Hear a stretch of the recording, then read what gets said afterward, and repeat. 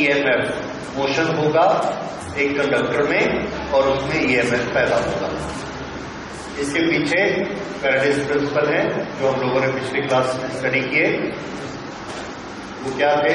When the flux linked to a coil changes, when the magnetic flux linked to a coil change, an EMF is induced across the coil. ये हम लोगों ने एक principal पढ़ा। उसी principal के basis पर इसी का एक एप्लीकेशन देखिए, दैट इज मोशनल EMF। इसी लोकेशन पे मैग्नेटिक फील्ड है। ये स्पेस में एक मैग्नेटिक फील्ड है और इस मैग्नेटिक फील्ड में एक कंडक्टर रखा हुआ है और उस कंडक्टर को हम मूव करते हैं। ओके, ये एक कंडक्टर है। इस कंडक्टर को मूव करने के लिए हमने एक अरेंजमेंट बनाया। अरेंजमेंट ये है कि यहां पर एक फ्रेम है और इस फ्रेम में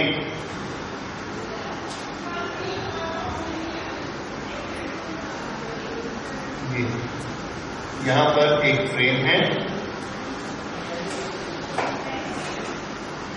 इस फ्रेम में एक कंडक्टर रखकर इसको यहां पर पुली से या किसी अरेंजमेंट से हमने मूव करने का एक मेथड बनाया है। तो जब ये मूव होगा, ये एक कॉइल है, इस कॉइल के अंदर कुछ एरिया है। जब ये ऐसे मूव होगा तो ये विड्थ इसकी इंक्रीज हो जाएगी और इसकी एरिया इसका इंक्रीज हो जाएगा।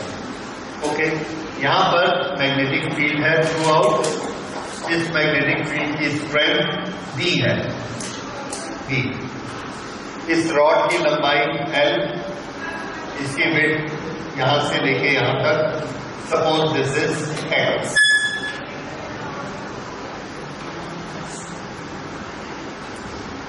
इसके साथ अभी कितना फ्लक्स लिंक है? Flux link Φ1 is equal to V into area. V into area. V area की स्ट्रेंथ V और एरिया का X multiplied by L। V X L. This is the flux linked with this coil. Now we move this conductor with a velocity V. When we move this with a velocity V, then in a very small time, how much it will cross or how much it will move away, we say in a small time dt, it moves a distance of dx. It moves a small distance dx in how much time? dt time. This is velocity v. So we have the relation that v is equal to dx by dt. Okay. Now if it has moved to a certain distance dx, what is the new area? After moving a distance dx, the new area is equal to x plus dx multiplied by L. X plus dx multiplied by L. ये नया area आ गया, पहले area कितना था। अब नया flux कितना होगा? Φ2 is equal to V की स्ट्रेंथ वही है, एरिया के लिए क्या लिखना है? X plus dx L। ठीक है? How much is the change in flux? Change in flux is equal to Φ2 minus Φ1. Φ2 minus Φ1 हमने किया तो x into L दोनों में कैंसिल हो जाएगा।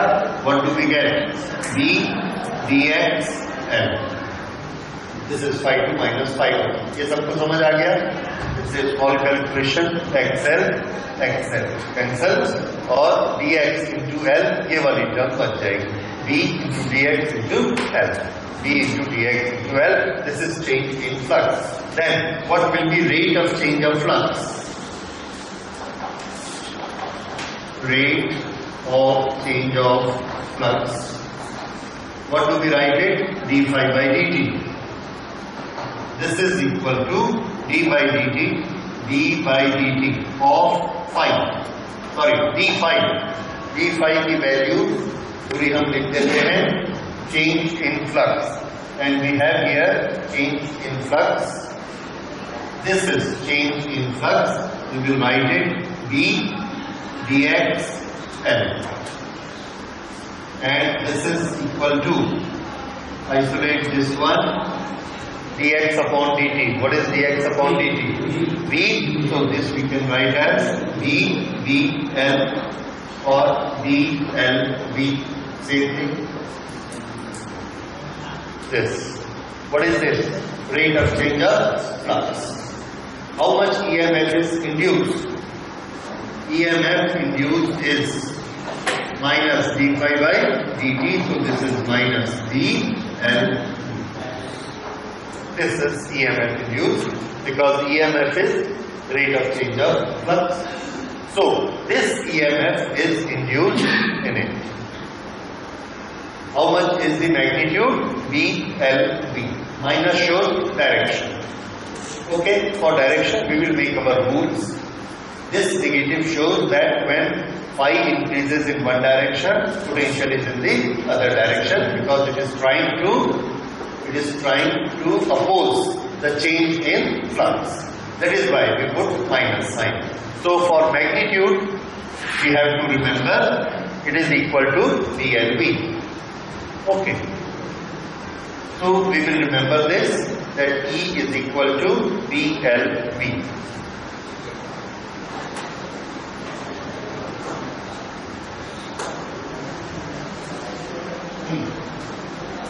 E is equal to VLV. L is length, V is velocity, V is strength, and one very important thing about direction we must remember. देखिए यहां पर V की डायरेक्शन किधर है? This is going inside the board. L की direction किधर है? It is this L, and this is V.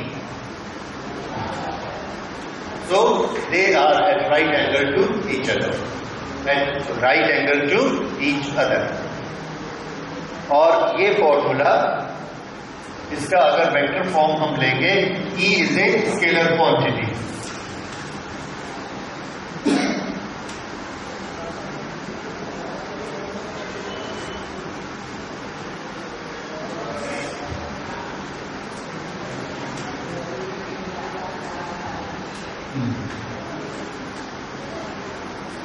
Okay.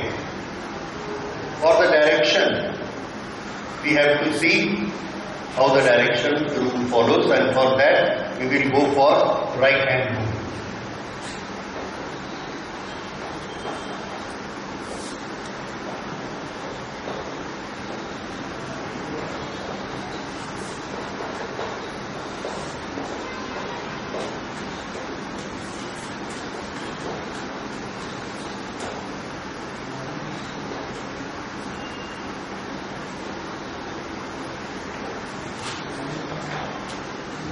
Electromagnetic induction में करंट की डायरेक्शन निकालने के लिए हमको राइट हैंड रूल लगाना है.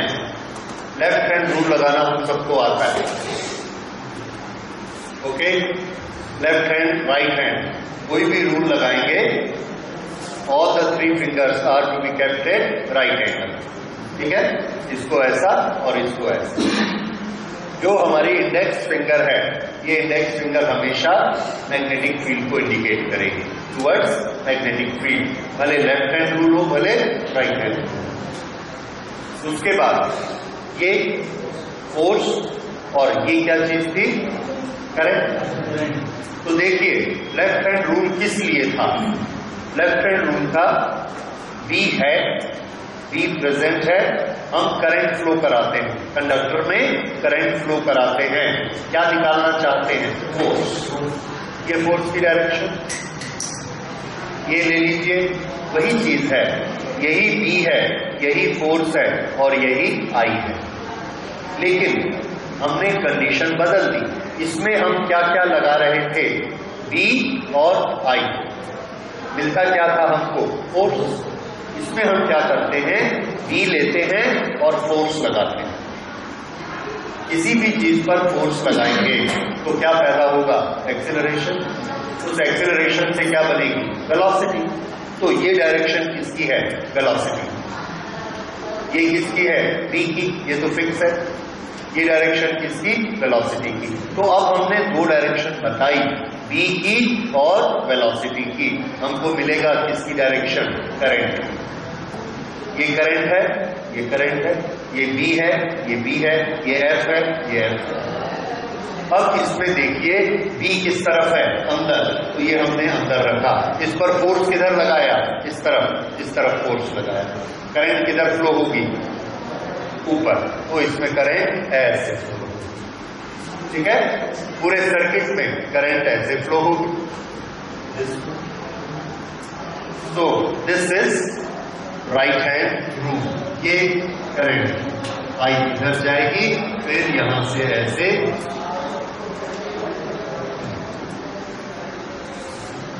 ठीक है। ये वाले रूल को आपको याद रखना है, जैसे लेफ्ट हैंड रूल था वैसे ही राइट हैंड रूल। ओके, इसको नोट करिए। EMF इज व्हाट, बहुत पुराना EMF वोल्टेज। वोल्ट का हमारे पास क्या फॉर्मूला है, क्या वोल्ट की डेफिनेशन क्या है, work done on the unit charge. Potential difference और volt is equal to work done on unit charge. ये हमने शुरू से पोटेंशियल डिफरेंस की डेफिनेशन पढ़ी है। अभी जो आपने ये बनाया EMF अक्रॉस दीज 2 पॉइंट, इसमें हमने क्या निकाला, EMF। ये अच्छा, इसके लिए एक और चीज जो स्टूडेंट्स को बहुत कंफ्यूज करती है, ये जो EMF बना एक बैटरी की तरह काम करेगा। जैसे बैटरी का EMF बनता है, तो उस बैटरी के EMF में एक पॉजिटिव टर्मिनल होता है और एक नेगेटिव टर्मिनल होता है। क्या आप ये बता सकते हैं कि यहाँ जो EMF बन रहा है, जिसके कारण ये करंट फ्लो हो रही है, इसमें पॉजिटिव टर्मिनल किधर है और नेगेटिव टर्मिनल किधर है, P और Q में। P और Q में पॉजिटिव टर्मिनल कौन सा है, नेगेटिव टर्मिनल कौन सा है, क्यों, क्योंकि इन दोनों में पोटेंशियल डिफरेंस है। E हमने निकाला, E is equal to PLV है, इसलिए करंट फ्लो हो रही है सर्किट में। तो इसमें पॉजिटिव कौन सा, नेगेटिव कौन सा, P पॉजिटिव और Q negative. Okay, P positive और Q negative.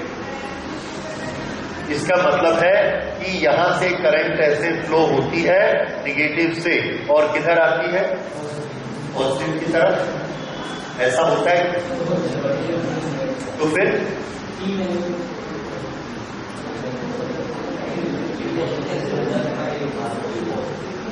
P positive, Q negative, Q negative, P positive, तो करंट ऐसे हो जाएगी क्या। हाँ, देखिए ये बहुत कंफ्यूजन होता है। ओके, इसको क्लियर करते हैं, because this question is asked many times in the competitive exam. एक सेल को याद करिए जो कि सोर्स ऑफ करंट है। This is a source of current, this is a cell, this is positive terminal, this is negative terminal,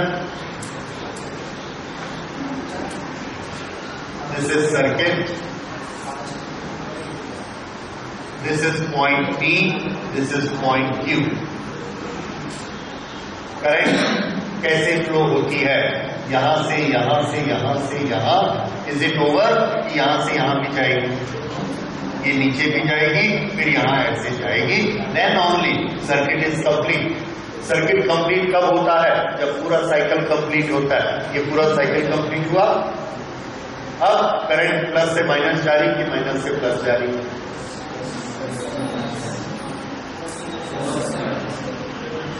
okay, ये very fundamental thing, इसको याद रखिए।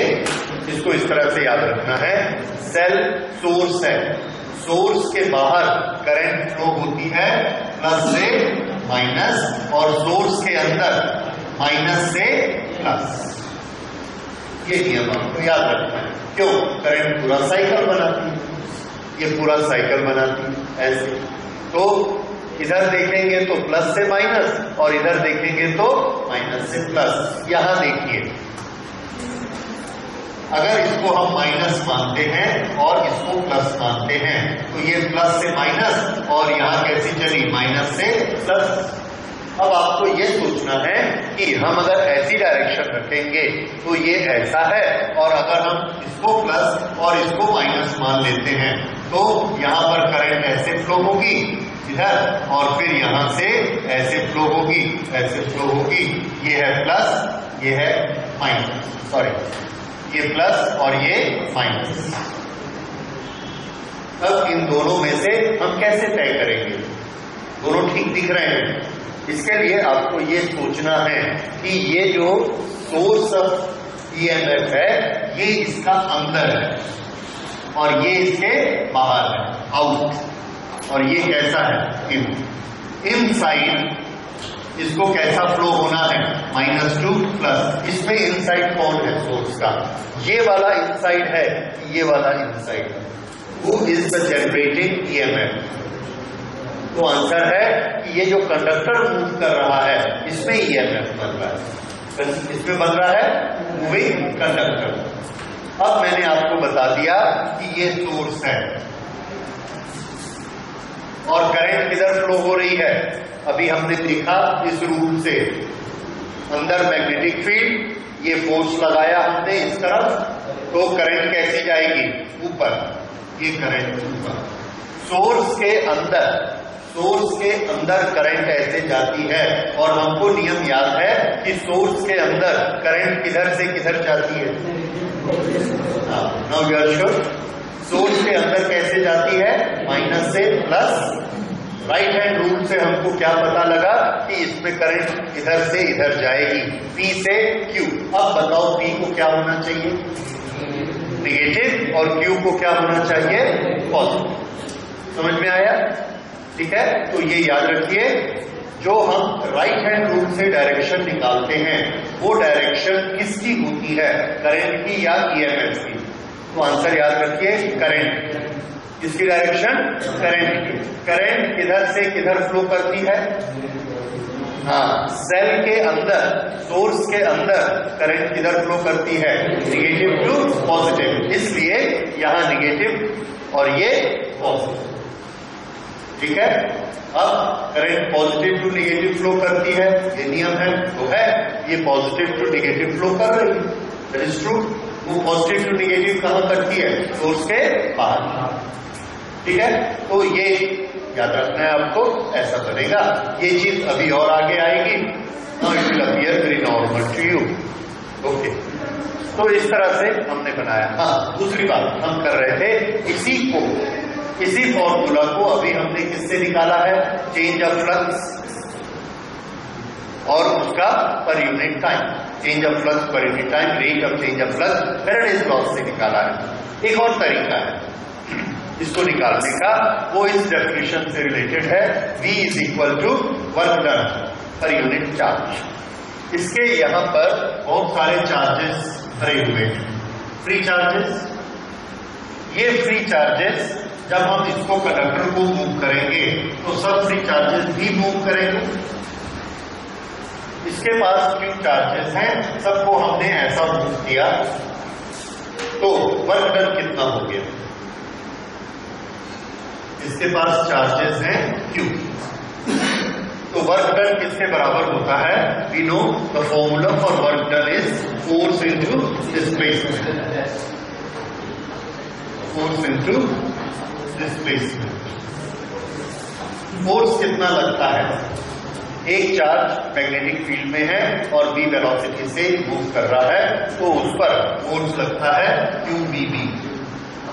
ये आपको मालूम है, पिछले चैप्टर में हमने किया है। Force on a moving charge is QVB। इसमें चार्ज कितने हैं Q, इसकी वेलोसिटी कितनी है V, और मैग्नेटिक फील्ड की स्ट्रेंथ कितनी है V, इसलिए ये फोर्स लगा। उस फोर्स के साथ इसने थोड़ा सा डिस्प्लेसमेंट हुआ dx डिस्प्लेसमेंट हुआ, तो इसने वर्क कितना कर लिया, this is the work done. Okay, ये वर्क डन हो गया। अब हमको क्या निकालना है, सॉरी ये नहीं,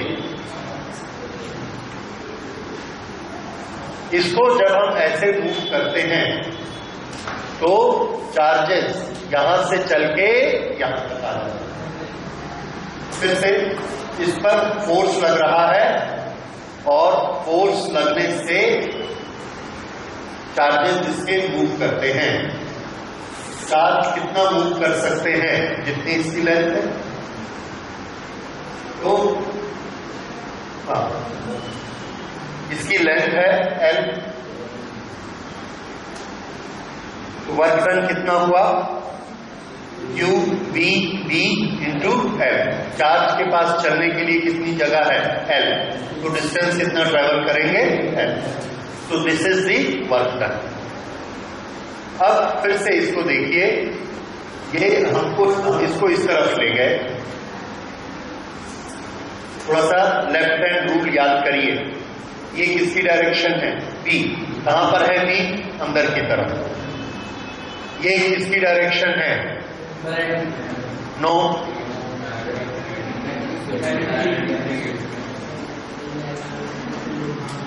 याद करिए भाई, क्यू वी बी में कितनी चीजें हैं, B is magnetic field, what is B, ठीक है, कंडक्टर की वेलोसिटी। ये B है, ये कंडक्टर की वेलोसिटी इस तरफ हो गई। तो फोर्स किधर आया, इस तरफ। तो चार्जेस पर फोर्स किधर लगा, ऊपर की तरफ। अब समझ आया है? हाँ, जब हमने फोर्स निकालना है तो लेफ्ट हैंड रूल लगेगा। फिर से ध्यान दीजिए, मैग्नेटिक फील्ड में चार्ज मूव करता है, उस पर फोर्स निकालना है, तो कौन सा रूल लगेगा, लेफ्ट हैंड रूल। क्या निकालना है, फोर्स। दूसरा, मैग्नेटिक फील्ड है, चार्ज है, और हम फोर्स लगा रहे हैं चार्ज पर। हम फोर्स चार्ज पर क्या लगा रहे हैं, फोर्स, और हम निकालना क्या चाहते हैं कि चार्ज मूव करता है किस वेलोसिटी से, यानी करंट निकालना चाहते हैं। तब राइट हैंड रूल लगेगा। अभी भी आप समझे नहीं हैं, देखिए फिर से लेफ्ट हैंड और राइट हैंड। हमारे पास तीन चीजें हैं, फोर्स, एक मैग्नेटिक फील्ड, एक फोर्स और एक वेलोसिटी। ये है इंडेक्स फिंगर, ये है थंब,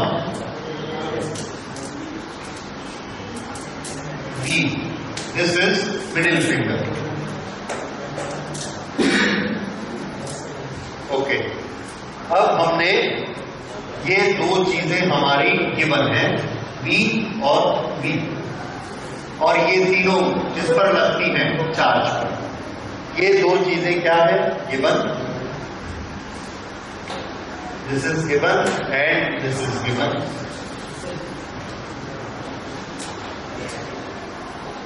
और ये हमको फाइंड आउट करना है, ये हमको फाइंड आउट करना है क्या, फोर्स। तो हम लगाते हैं left hand rule.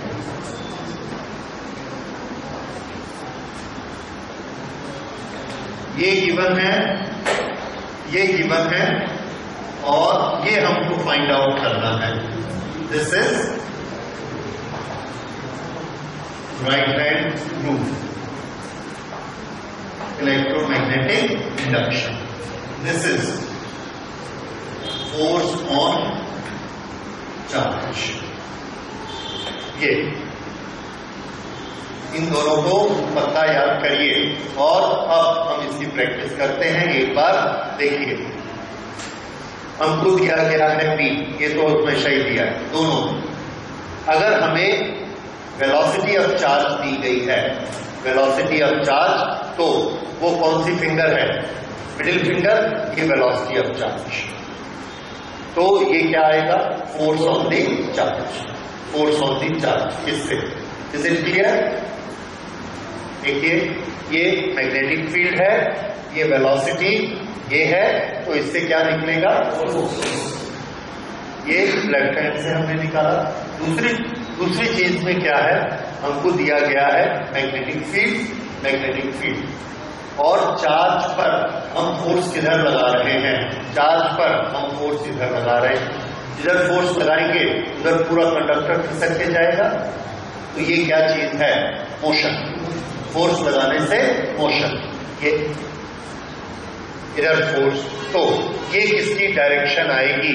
This is velocity of the charge.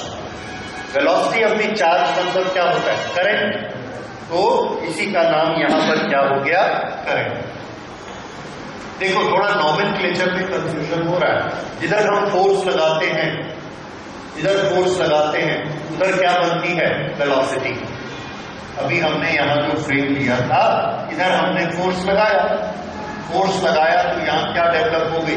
Velocity. किसकी? कंडक्टर। दो वेलोसिटीज है हमारे पास, एक वेलोसिटी कंडक्टर की, एक वेलोसिटी जिससे ये चार्ज ऐसे दौड़ेंगे। ये चार्ज की ये जो वेलोसिटी है, ड्रिफ्ट वेलोसिटी, इससे क्या बनती है? Current. I is equal to NEA dt। तो ये जो है करंट, ये कौन सी वेलोसिटी है? चार्ज की velocity, charge velocity, drift velocity. ये जब हम फोर्स लगाते हैं तो फोर्स लगाने से कौन दौड़ता है? कंडक्टर। तो ये वेलोसिटी, फोर्स लगाया तो ये वेलोसिटी किसकी है? Conductor, conductor velocity. तो हमको वेलोसिटी और वेलोसिटी में कंफ्यूज नहीं होना है। ये मत सोचिए कि ये वेलोसिटी ये है, नहीं।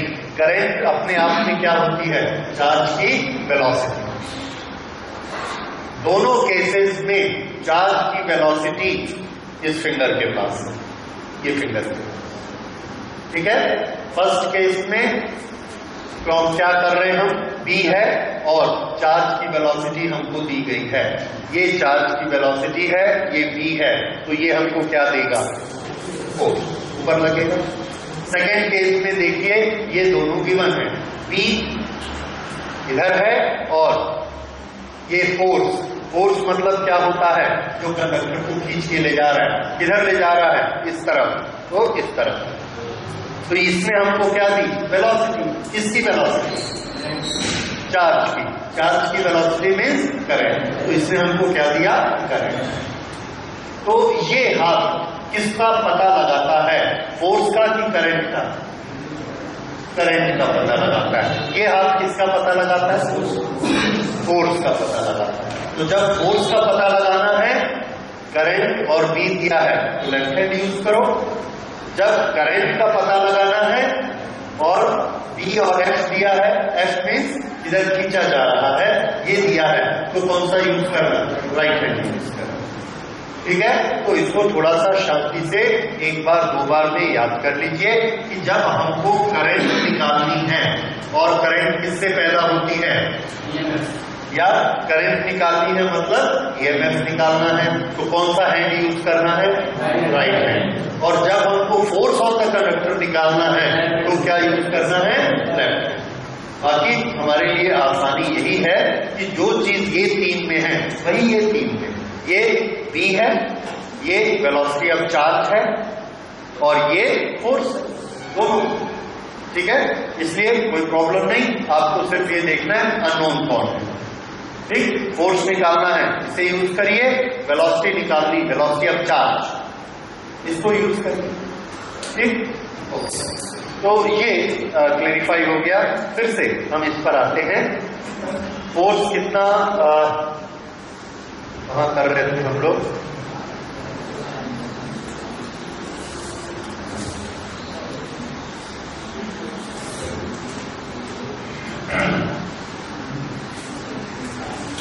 हाँ, हम दूसरा अल्टरनेट मेथड देख रहे थे। इसमें Q चार्जेस हैं, Q मैग्नेटिक फील्ड है यहां पर, this magnetic field is B, और इसको हमने इस तरफ पुश किया, फोर्स लगाया इधर, और इसकी वेलोसिटी है v।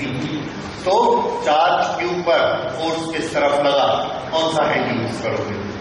फोर्स किधर लगा, फोर्स निकालना है, कौन सा यूज करेंगे?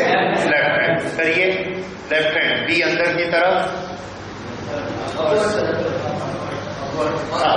B अंदर की तरफ, ये किया, और ये हमने क्या किया, दिस इज वेलोसिटी, इधर ये जाएगा तो ये क्या आया, फोर्स ऑन चार्ज, तो इधर फोर्स लगा। इस फोर्स के कारण ये ऐसा चलना शुरू कर देता है। ये चार्ज यहां तक से चल के यहां तक गया, इसका डिस्प्लेसमेंट कितना हुआ, L। Okay, so work done is equal to force into displacement. फोर्स is equal to Q V, और डिस्प्लेसमेंट कितना हुआ, L। तो यहां से यहां तक चल के जाने में वर्क डन कितना हुआ। अगर ये वर्क डन हुआ तो यहां से यहां तक पोटेंशियल डिफरेंस कितना हुआ।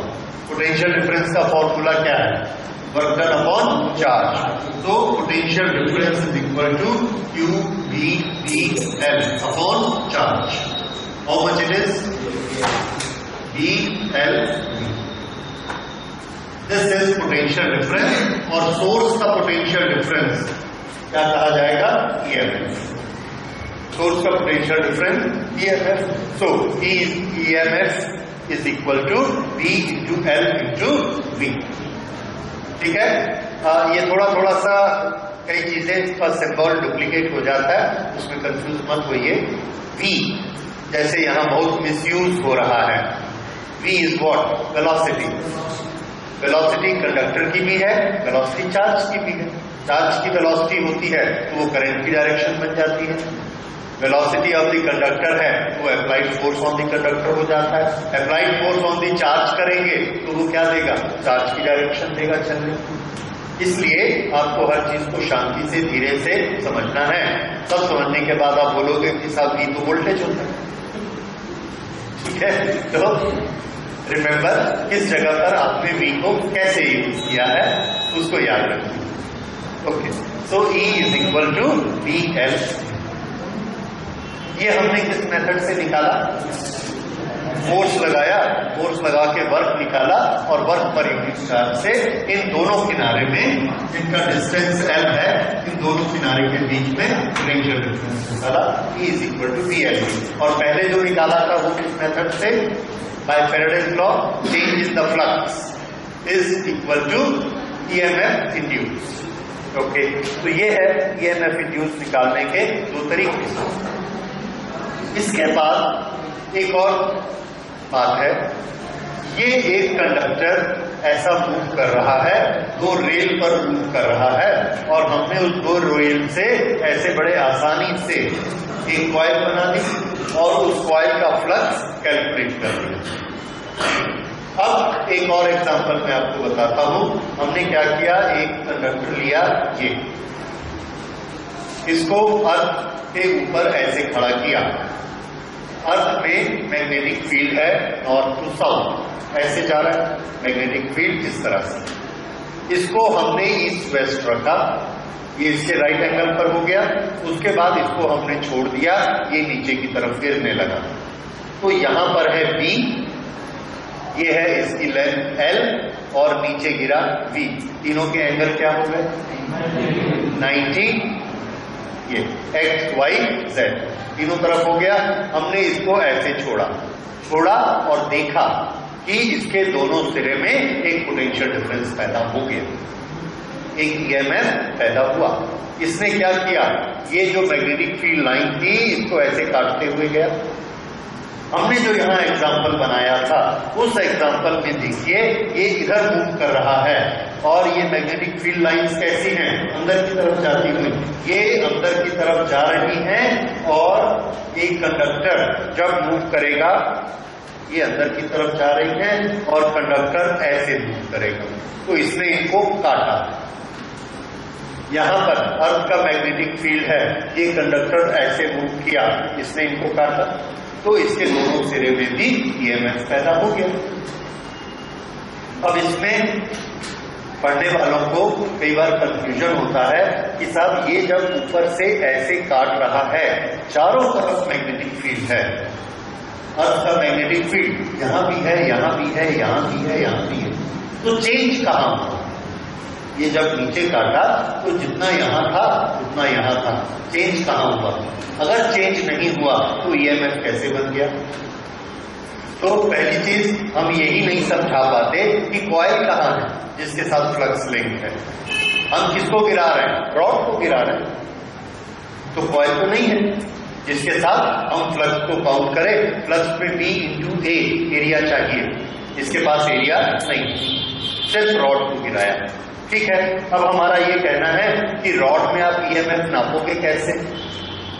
ईएमएफ नापने के लिए इसके साथ ऐसे दो तार लगाओगे और यहाँ गैल्वेनोमीटर लगाओगे।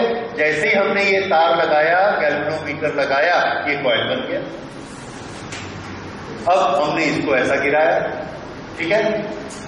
अगर हमने यहां नहीं लगाया, यहां से दो तार हम यहां लेकर आए, यहां गैल्वेनोमीटर लगाया, तो ये कॉइल बन गया। कॉइल तो हमेशा बनेगा ही बनेगा, अदरवाइज आप इसका सर्किट कैसे कंप्लीट करोगे? हमने कहा ठीक है, हमने कुछ भी नहीं बनाया, ऐसे इसको गिराया, तो ईएमएफ पैदा हुआ कि नहीं? तो फैराडे का कहना था हुआ। उन्होंने जैसे भी एक्सपेरिमेंट करके देखा, हुआ। तो ईएमएफ पैदा होता है जब एक कंडक्टर एक मैग्नेटिक फील्ड में मोशन करता है। एक कंडक्टर एक मैग्नेटिक फील्ड में मोशन करता है, XYZ, वो कंडीशन पक्की है। XYZ कंडीशन क्या? एक डायरेक्शन में B होना चाहिए, एक डायरेक्शन में करंट की डायरेक्शन L की होनी चाहिए और एक डायरेक्शन V की होनी चाहिए, तीनों 90-90 होने चाहिए। ये कंडीशन को पूरी कर रहे हैं। उस समय ये एक सिंगल कंडक्टर ऐसे गिरा और इसके दोनों सिरे में ईएमएफ पैदा हो गया। ये होता है, ठीक है। और ये जो ईएमएफ पैदा होता है इसका हमने नाम क्या रखा? Motional EMF. इसके कारण पैदा हुआ, मोशन के कारण। अगर ये खड़ा है तो इलेक्ट्रिक फील्ड पैदा, मैग्नेटिक फील्ड इसमें ईएमएफ पैदा नहीं कर सकता, और अगर ये मूव करता है तो ईएमएफ पैदा हो जाता है, ठीक है। तो इस तरह से ये वाला जो ईएमएफ है ये कितना कहलाता है? This is motional EMF. और इसका काउंट कितना होता है, इसकी क्वांटिटी कितनी होती है? ये इसकी क्वांटिटी दी है, जिसको हमने यहाँ पर ये वाला जो एग्जांपल बनाया था, इस एग्जांपल से हमने प्रूफ किया कि जब भी ये मूव होगा उस समय इसके दोनों सिरे में कितना ईएमएफ होता है। That EMF equal to BLV। ये अभी किया था, तो हमने इसको याद कर लिया और हमेशा इसको कितना लेंगे? BLV, ठीक है, ओके। तो एक चीज, अब ईएमएफ का मतलब क्या होता है in the terms of charge. अगर हमारे पास एक सेल है और इस सेल में ये दो टर्मिनल हैं, इनमें पोटेंशियल डिफरेंस है, इनमें पोटेंशियल डिफरेंस है। तो क्यों है पोटेंशियल डिफरेंस? हमारा ये कहना है एक के पास इलेक्ट्रॉन को इजेक्ट करने की ताकत है और दूसरा इलेक्ट्रॉन को खींच लेना चाहता है। उसके पास कौन से चार्ज माने जा रहे हैं? प्लस। तो हम जैसे ही इसको ऐसा जोड़ते हैं, क्या देखते हैं? यहां से इलेक्ट्रॉन निकले और ऐसा गए। इसका मतलब ये सब इलेक्ट्रॉन इकट्ठे होकर कहां बैठे थे? निगेटिव पर बैठे थे। और इसके पास कौन से चार्जेस हैं? पॉजिटिव। तो इसके पास नेगेटिव चार्जेस, इसके पास पॉजिटिव चार्जेस। ये सोर्स के दो किनारे पर इकट्ठे हो जाते हैं, माइनस और प्लस। अब देखिए हमने ये कंडक्टर को मैग्नेटिक फील्ड में ऐसे गिराया, इसमें ईएमएफ डेवलप हुआ। हमने बोला क्या मतलब है ईएमएफ डेवलप हुआ, तो हमने समझाया कि इसके एक कोने में प्लस इकट्ठा हो गया, एक कोने में माइनस इकट्ठा हो गया। तो एक तरफ प्लस हो जाएंगे, एक तरफ माइनस हो जाएंगे, एक तरफ प्लस और एक तरफ माइनस। तो इन दोनों के बीच क्या बन गया, ईएमएफ बन गया। ऊपर से एक ऐसा बल्ब लगाओ तो क्या होगा, चार्जेस विल फ्लो, बल्ब जलेगा, ठीक है, वर्क विल बी डन। कितना वर्क होगा, यही वाला वर्क तो वापस मिल जाएगा। ओके, तो फिर से a conductor falling in a magnetic field become a source of EMF, ठीक है। The two ends become two terminal of the battery, one is positive and one is negative. If we complete the circuit, the current will start flowing in. समझ आ गया, this is Faraday's law। और ये क्या है जो इसमें EMF बना, this is motional EMF, ठीक। फिर से दूसरी बात मैं करता हूं, ये मैग्नेटिक फील्ड अंदर की तरफ है, ये नीचे की तरफ गिर रहा है। तो बताइए ये आपका राइट साइड है, ये आपका लेफ्ट साइड है, तो इसका राइट या लेफ्ट कौन पॉजिटिव बनेगा और कौन नेगेटिव बनेगा। सोचिए, ये ऐसे गिर रहा है नीचे और मैग्नेटिक फील्ड ऐसा है अंदर की तरफ। कैसे, हाथ से बनाकर दिखाओ।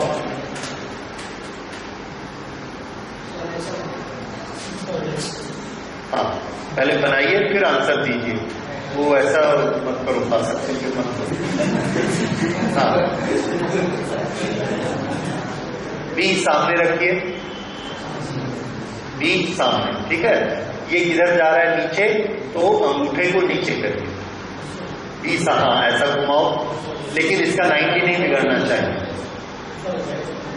हाँ वो ठीक है, ये सामने और ये नीचे, तो अंगूठा किधर दिखा रहा है, राइट हैंड। हाँ ये, तो अंगूठा किधर दिखाया, ऐसे ऐसे। तो इसमें पॉजिटिव चार्जेस कैसे मूव करेंगे, ऐसे, जिधर अंगूठे ने दिखाया। आया आप लोग का, करके दिखाओ। हाँ नहीं अभी ठीक था, करेक्ट। अंगूठा इधर करो, पी किधर है, अंदर। ये उंगली क्या दिखा रही है, मोशन। ये गिर किधर रहा है, नीचे, ये, तो ये क्या दिखाएगा, पॉजिटिव चार्ज का चलना। पॉजिटिव चार्ज किधर से किधर जा रहे हैं, इधर से इधर। तो यहां कौन इकट्ठा हो गया, पॉजिटिव चार्ज। नेगेटिव चार्ज इधर से इधर गए, तो यहां नेगेटिव चार्ज इकट्ठे हो गए। अब हमारा क्वेश्चन नंबर 1, पॉजिटिव चार्ज किस तरफ है, नेगेटिव चार्ज किस तरफ है। आंसर क्या होगा, पॉजिटिव इधर है और नेगेटिव इधर है। ये पॉजिटिव इधर चले, इन पर फोर्स लगा, इधर आ गए, तो ये है पॉजिटिव और ये है नेगेटिव, ठीक। करंट किधर फ्लो होगी, ऐसे। क्यों, क्योंकि ये सेल के अंदर, सेल के अंदर कैसी फ्लो होती है।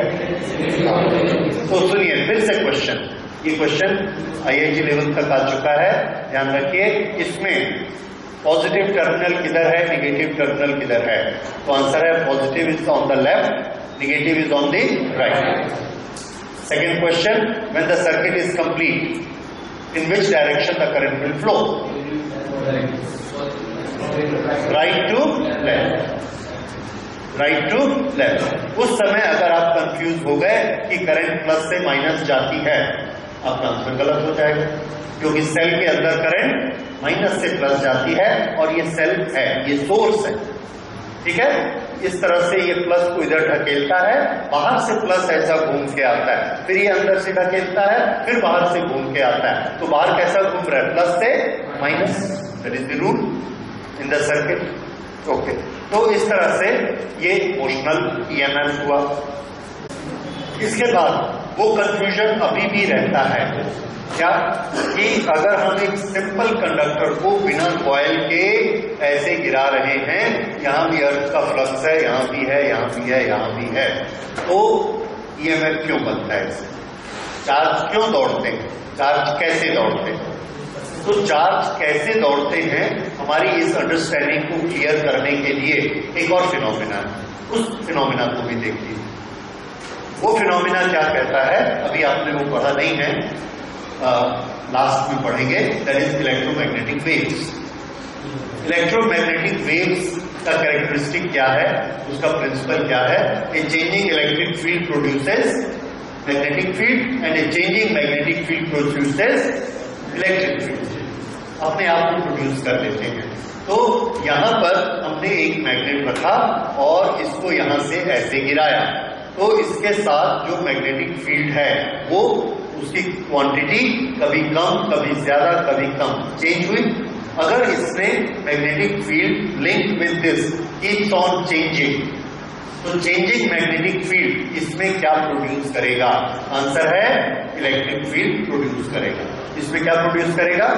Electric field. किस डायरेक्शन में? तो मैग्नेटिक फील्ड से इलेक्ट्रिक फील्ड हमेशा राइट एंगल पर होता है, तो इसमें राइट एंगल पर मैग्नेटिक इलेक्ट्रिक फील्ड पैदा किया। ये इलेक्ट्रिक फील्ड क्या करता है? तो आंसर है इलेक्ट्रिक फील्ड चार्जेस पर फोर्स लगाता है। उस इलेक्ट्रिक फील्ड ने इसके फ्री चार्जेस पर फोर्स लगाया और उस फोर्स के कारण ये चार्ज चलने शुरू हो गए। तो हमने रिजल्ट क्या निकाला?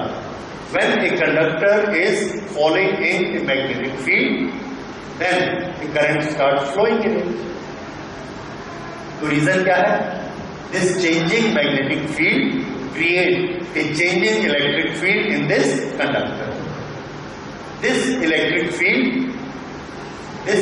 field apply force on the charges, and because of that force, charges goes on moving and a current flow in it. ये रीजन है इस फिनोमेना को एक्सप्लेन करने का, इलेक्ट्रोमैग्नेटिक इंडक्शन। समझ आया? व्हाट इज इलेक्ट्रोमैग्नेटिक इंडक्शन और what is motional EMF? When a conductor is falling और moving perpendicular to a magnetic field and electric current flows through it. Reason समझ में आ गया? So this is one of the reason. तो इसके लिए जिसने जैसा देखा वैसा उसने अपनी थ्योरी बनाई, और हमको सब थ्योरी समझ में आती है because we have studied all the principles. Okay, इसके बाद हम लोग अगले EMF across a rotating rod. एक जगह स्पेस में किसी लोकेशन में मैग्नेटिक फील्ड है, it has a strength B, इसकी स्ट्रेंथ B है। यहां पर हमने एक रॉड लिया और उस रॉड को एक सिरा उसका फिक्स कर दिया, दूसरे सिरे को पकड़ के एक रिंग पर हमने ऐसे घुमाया। ये रॉड और ये ऐसे घूम रहा है, एक सिरा सेंटर पर है एक्सल पर और ये एक सिरा उसके रिम पर है। जब ये घूमता है उस समय क्या डाटा हमको दिया गया है कि इसकी लेंथ है L, ये डाटा दिया गया है। दूसरा, ये जो पार्टिकल है इसकी स्पीड है v। दो तरह से स्पीड दी जाती है, या तो उस लास्ट पार्टिकल की स्पीड दी जाएगी v, या ये बताया जाएगा कि इसकी एंगुलर वेलोसिटी ओमेगा है। दोनों टर्म्स में बताया जा सकता है। पहले हम v टर्म से लेते हैं। लेंथ L है, इसकी स्पीड v है, ये एंड फिक्स है, ये एंड मूव कर रहा है। तो इसके दोनों सिरे में कितना मैग्नेटिक फील्ड, कितना ईएमएफ क्रिएट होगा। Find out the EMF induce between the two ends, और find out the EMF between axle and the rim. ये हमको ईएमएफ इसका निकालना है। तो यहां पर ईएमएफ बनेगा कि नहीं बनेगा? ओके, ईएमएफ बनने के लिए एक बड़ा सिंपल नियम है। सिंपल नियम ये है कि ये हमारे पास फ्लक्स है, मैग्नेटिक फील्ड, ठीक है। इस मैग्नेटिक फील्ड को आप ऐसे मानिए जैसे सब्जी है, साग या फली, ऐसी कोई भी सब्जी है और हमको इसको काटना है। अगर हमको इसको काटना है तो हम कंडक्टर को लाए, चाकू को, और हमने चलाया चाकू को। देखिए मैं इस चाकू को चलाता हूं, ऐसे चलाया, सब्जी कटी? नहीं कटी। ऐसे कटेगी ना? ऐसे चलाने से कटेगी क्या? नहीं कटेगी। तो इसमें ईएमएफ नहीं पैदा होगा। फिर से देखिए, ये ऐसे चलाया, कटी? ईएमएफ नहीं पैदा होगा। ऐसे चलाया, कटा? ये ऐसे कटा। तो जब ये इस डायरेक्शन में ऐसा चलेगा और लाइन को ऐसे काटेगा, तब इसमें ईएमएफ पैदा होगा। ठीक है? ऐसा चलने से नहीं होगा, ऐसा चलने से नहीं होगा, ऐसा चलने से नहीं होगा। ऐसे 7 डायरेक्शन है जिसमें नहीं पैदा होगा, सिर्फ एक डायरेक्शन में पैदा होगा। और उस डायरेक्शन की शर्त क्या है कि उसको इसको काटना चाहिए। समझ आ रहा है? अगर नहीं काट पा रहा है, ये एक ऐसी विजुअल प्रोसेस है जो हम तुरंत इमेजिन कर लेते हैं। अगर मैं इसको फिजिक्स के या मैथमेटिक्स के टर्म्स में बताऊंगा तो ये एक्स एक्सिस पर है, इसको कैसे रखना है वाई एक्सिस पर, और चलाना कैसे है Z axis. X Y Z तीनों अगर मिलेंगे तब जाकर क्या बनेगा इसमें। हाँ, अदरवाइज इसमें से एक ने भी अपनी डायरेक्शन मोड़ दी तो ईएमएफ नहीं बनेगा। समझ आया? और उसको विजुअली हमको कैसे याद रखना है कि ये हमारे पास एक कंडक्टर है चाकू, और ये इसको ऐसे काटना, बस। अगर तो इसने काट दिया तो ईएमएफ बन गया, और अगर नहीं काट पाया, ऐसे चला दिया, ऐसे चला दिया, तो ईएमएफ नहीं बनेगा। समझ आ गया? अब यहां देखिए, ये रॉड चल रहा है और मैग्नेटिक फील्ड अंदर की तरफ है। बताइए ईएमएफ बनेगा कि नहीं बनेगा? लाइन को काट रहा है कि नहीं? काट रहा है। लाइन ऐसे अंदर जा रही है और रॉड ऐसे चला, काटा लाइन को, तो ईएमएफ बनेगा। ठीक है? ज्यादा एक्स वाई जेड की जरूरत है। ये तरीका समझ आया?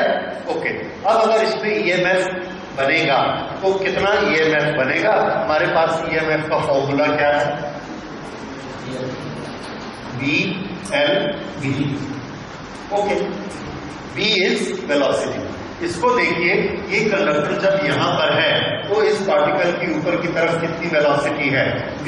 इसकी ऊपर की तरफ कितनी वेलोसिटी है? 0। ये तो फिक्स है, ये तो ऊपर जाता नहीं, ये ऊपर जाता है किस वेलोसिटी से? v। तो हम इस पर VL भी लगा सकते हैं कि नहीं लगा सकते? तो आंसर है कि थोड़ा सा मॉडिफिकेशन हमको करना पड़ेगा। कैसे? कंडक्टर ऊपर तो उठा, फ्लक्स तो काटा, तो हम क्या करते हैं, इसकी एवरेज स्पीड ले लेते हैं।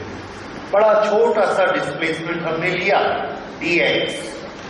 dx में हमने क्या देखा? अगर इधर रिप्लेसमेंट, इधर ये वाला पॉइंट डिस्प्लेस हुआ x, तो ये कितना डिस्प्लेस हुआ? 0। तो एवरेज डिस्प्लेसमेंट कितना हुआ? Half dx। Half dx। इसका ये मतलब है कि यहां अगर इसकी वेलोसिटी v है, इसकी वेलोसिटी 0 है, तो इस पूरे की वेलोसिटी हम कितनी ले सकते हैं? Half v। That is known as average velocity. तो ये दो पॉइंट को हमने लिया, 0 वेलोसिटी, v वेलोसिटी। तो एवरेज वेलोसिटी और average speed of conductor is equal to v by 2. Yeah, v plus 0 upon 2 is equal to v by 2. Therefore, EMF is equal to v L v by 2. This is equal to half v L. ये आ गया EMF across rotating rod। ठीक है? इसको note करिए, फिर omega वाला term लेते हैं। ओके, दूसरा हमको कई बार इसमें बताया जाता है। ओके, दूसरे तरीके से देखिए, इसका रेडियस कितना है? L, तो इसका एरिया कितना होगा?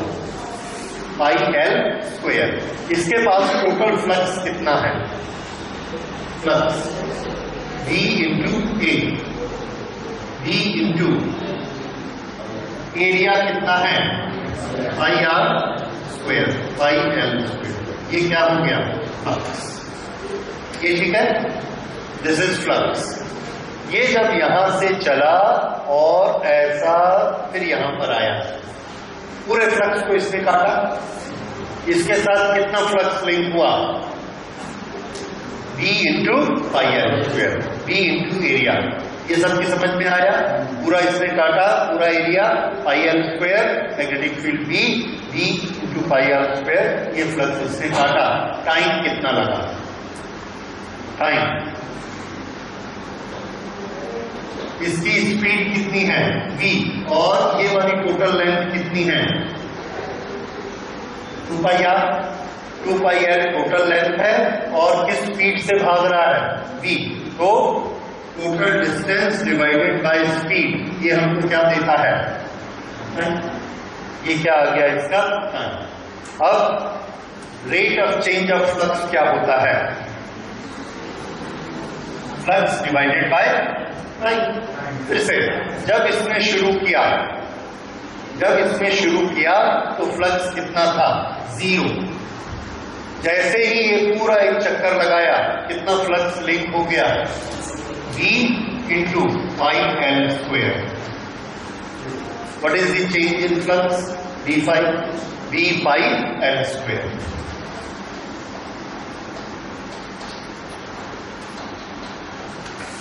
ओके, ये क्या आ गया?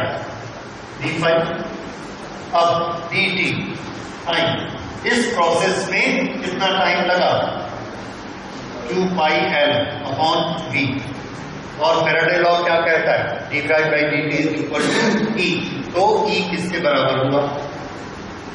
d pi L square upon 2 pi L upon v। This is pi cancel, 1 L is cancel, v ऊपर आ जाएगा, ये 2 यही रहेगा। तो this is v, this is l, v ऊपर आ गया, v L v upon 2 upon. अब v एल v, इस मेथड को भी नोट करिए।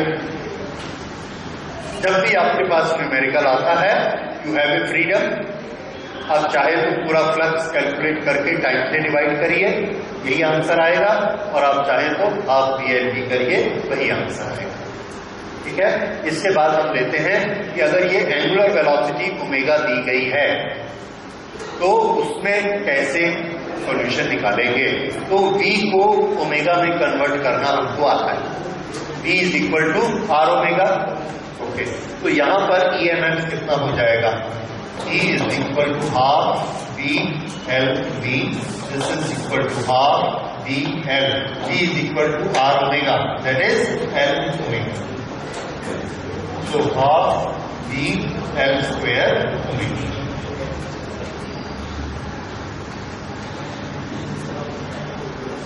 ये फॉर्मूला कब काम आएगा? जब V नहीं दिया गया। क्या दिया गया? ओमेगा। जब स्पीड दी है, एक एंड की स्पीड, उसको यूज करिए। जब ओमेगा दिया गया है, इसको यूज करिए। अगर हमको राउंड पर सेकंड दिया गया RPS, तो हम क्या करेंगे? राउंड पर सेकंड को क्या कहते हैं? Frequency, nu. तो उस समय ये कैसे बन जाएगा?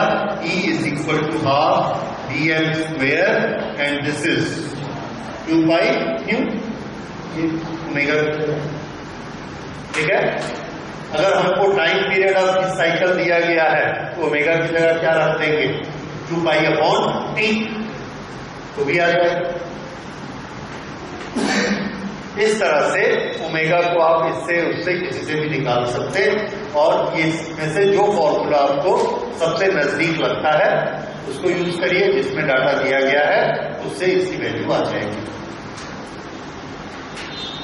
फिर से एक सॉलिड लोहे का पीस है, प्लेट। ये एक मैग्नेट है, मैग्नेट का नॉर्थ पोल है और इसको हमने ऐसे मूव किया। अगर हम इसे ऐसे मूव करते हैं तो इसके साथ जो मैग्नेटिक फ्लक्स कितने भी एरिया में, मान लीजिए कितने एरिया में मैग्नेटिक फील्ड ये स्ट्रॉन्ग होता जाएगा। So the magnetic field here keeps on changing. दूर ले गए तब भी चेंज हो रहा है, तो ये कुछ रिएक्ट करता है कि नहीं करता, करता है कि नहीं करता नहीं मालूम, हमको आंख से नहीं दिखता। हमने ये ऐसे 50 बार कर दिया, 100 बार कर दिया। 100 बार करने के बाद इसको हाथ लगा के देखा, एकदम गर्म। गर्म कैसे होता है? करंट फ्लो कराने से गर्म होता है, इसका मतलब जरूर इसके अंदर करंट चली। ठीक है, तो इसमें भी करंट चलती है, जबकि ये क्या है? सॉलिड। ये कॉइल नहीं है, ये वो तार नहीं है जिसके अंदर करंट जाने का रास्ता है। ठीक है, तो एक चीज हम लोग थोड़ा आउट ऑफ द बॉक्स सोचते हैं कि अगर चार्जेस को चलना है, चार्जेस को चलना है तो इस कंडक्टर में चार्ज चलते हैं, तो इस मेटल में चार्ज चल सकते हैं कि नहीं? सोचते क्यों? आप सड़क पर मोटरसाइकिल चला सकते हो क्योंकि सड़क आपको रास्ता देती है चलने का, तो ग्राउंड में चला सकते हो कि नहीं? वहां तो सड़क नहीं है, तब भी चला लेते हो। ठीक है, वही तो है, चार्ज को चलने का रास्ता चाहिए। कंडक्टर में हम उसके रास्ते को लिमिटेड कर देते हैं, इधर एयर, इधर एयर, चार्ज के पास मजबूरी है यहां से जाना पड़ेगा। इसमें तो कोई मजबूरी नहीं है, तो खुला मैदान है, चार्ज जहां से मर्जी जा सकता है, बड़े आराम से जा सकता है। ठीक है, तो चार्ज मूव कर सकता है। अच्छा, अब देखिए, जब हम किसी मैग्नेटिक फील्ड को इसमें चेंज करते हैं तो फिर से वही लॉ हम अप्लाई करते हैं, इनर्शिया। ये क्या चाहता है? कोई भी चेंज नहीं होना चाहिए आसपास, इलेक्ट्रोमैग्नेटिक कोई चेंज नहीं होना चाहिए, तो ये अपोज करता है, मैग्नेटिक फ्लक्स को अपोज करता है। अपोज करने का तरीका क्या है? करंट फ्लो कराना, एक कॉइल में करंट फ्लो कराना। अब हम कहते हैं कि तुम्हारे पास करंट कॉइल नहीं है, मैग्नेट हम ले गए, इसके पास कॉइल नहीं है, तो ये बोलता है कॉइल नहीं है, तो क्या हुआ? मेरे पास ग्राउंड तो है, इस ग्राउंड में इसने एक ट्रैक बना दिया और चार्जेस को बोल दिया दौड़, तो सब उस ट्रैक में दौड़े। अगर वो चार्जेस ऐसा दौड़े, ऐसे दौड़े, तो मैग्नेटिक फ्लक्स बना, ये मैग्नेटिक फ्लक्स बना और इस मैग्नेट को उसने अपोज किया। समझ आया? तो इसके अंदर के चार्जेस ने क्या किया? इसके अंदर के चार्जेस ने अपने आप लाइन बनाकर करंट बनाया। ऐसे क्यों बनाई? क्योंकि ये इसको अपोज करना चाहते हैं। ठीक है, इस तरह से किसी भी कंडक्टर के अंदर करंट ऐसे फ्लो हो सकती है अगर हम उस पर पड़ने वाले मैग्नेटिक फील्ड को चेंज करें। तो देखिए, ये कंडक्टर है, यहां से इधर से हम एक मैग्नेट को ऐसे लेकर आते हैं।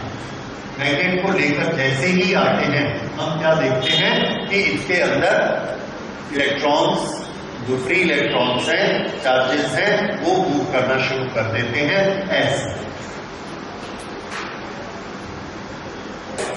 अब थोड़ा सा उस शेप को सोचिए। दो चॉइस हम आपको देते हैं, इलेक्ट्रॉन को दो चॉइस मिली कि आप इस ट्रैक में दौड़ो या इस ट्रैक में दौड़ो, नीचे में अंदर वाला, बाहर वाला। तो बताइए इलेक्ट्रॉन किसमें दौड़ना पसंद करेंगे?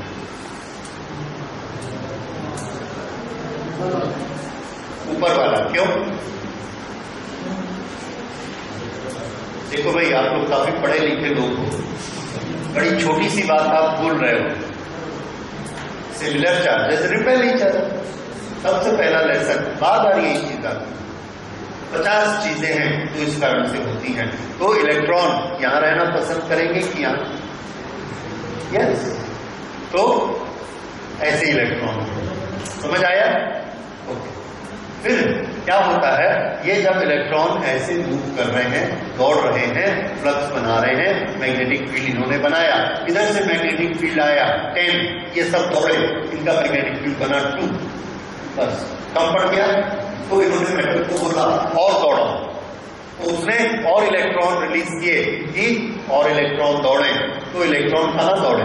ये ट्रैक को इसने एंगेज कर लिया तो वो इस ट्रैक में दौड़ते हैं।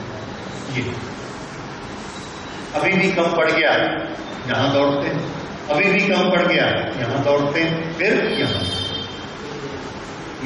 इस तरह से ये पूरे सर्कल में इलेक्ट्रॉन दौड़ते हैं और जितना ज्यादा से ज्यादा हो सकता है उनके रेजिस्टेंस के बेसिस पर, कम रेजिस्टेंस होगा स्पीड ज्यादा होगी, ठीक है, उस बेसिस पर ये अपना करंट बनाते हैं, उस करंट से मैग्नेटिक फ्लक्स बनाते हैं और वो मैग्नेटिक फ्लक्स आने वाले फ्लक्स को अपोज करते हैं, ठीक है। इस तरह से इसमें करंट पैदा होती है और जैसे ही हम मैग्नेट को रोक देंगे फ्लक्स का चेंज बंद हो जाएगा, फ्लक्स का चेंज बंद हो जाएगा, इसकी जरूरत नहीं है, तुरंत इनका दौड़ना बंद, करंट बंद। ये जो करंट बनती है ऐसी बनती है, इसकी शेप कैसी है, जैसे एक भंवर होता है, पानी में भंवर पड़ता है, वो ऐसी भंवर जैसी शेप होती है, भंवर को इंग्लिश में एडी कहते हैं, तो इसलिए इस करंट का नाम दिया गया एडी करंट।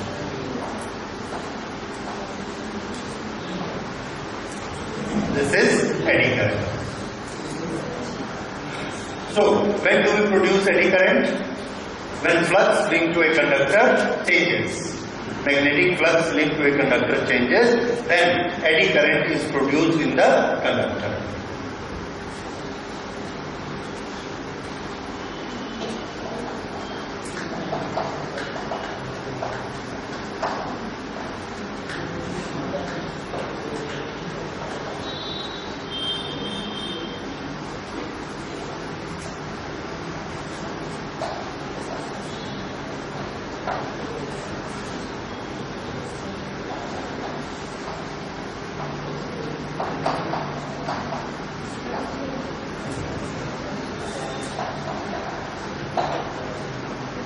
ओके, अब एडी करंट करती क्या है? एडी करंट की स्टडी हम क्यों करते हैं? एडी करंट का कैरेक्टरिस्टिक क्या होता है? एडी करंट का एक कैरेक्टरिस्टिक बड़ा जबरदस्त है जो हमारे काम में आता है। वो क्या है? देखिए, एडी करंट जब बनेगी, मैंने अभी आपको एक एग्जांपल दिया कि ये एक कंडक्टर है, ये एक मेटल है और इधर से हम मैग्नेट को ले गए हैं, इसमें करंट बनेगी। मैग्नेट का फ्लक्स इधर जा रहा है, इधर जा रहा है, उसको अगर हम ड्राइंग में बनाएंगे तो देखिए यहां पर हमारा ये मेटल रखा हुआ है और इधर से हम कंडक्टर को ले जा रहे हैं ऐसे, यहां से ये इसकी मैग्नेटिक फील्ड लाइन्स है। ये इसको अपोज करने के लिए क्या करेगा? उल्टी डायरेक्शन में इसमें ऐसे करंट फ्लो होगी, इस तरह से ये वाला एंटी क्लॉकवाइज, और ये अपना मैग्नेटिक फील्ड सामने बनाएगा, क्योंकि यहां पर जब ये नहीं था तो मैग्नेटिक फील्ड कितना था? 0। इनकी कोशिश क्या रहती है? कितना रहना चाहिए? 0। अगर इसने इसमें -10 बना दिया तो ये क्या करेगा? +10 बनाएगा। तो इसने मैग्नेटिक फील्ड बनाया ऐसा। पॉसिबल है? आंसर पॉसिबल नहीं है। क्यों? दो लाइनें एक दूसरे को काटना अलाउड नहीं है। अगर काटना अलाउड नहीं है तो क्या होगा? दोनों को मुड़ जाना है, तो दोनों मुड़ जाती हैं। ये अब यहां पर किस तरह का नक्शा बनता है? ये ऐसे है।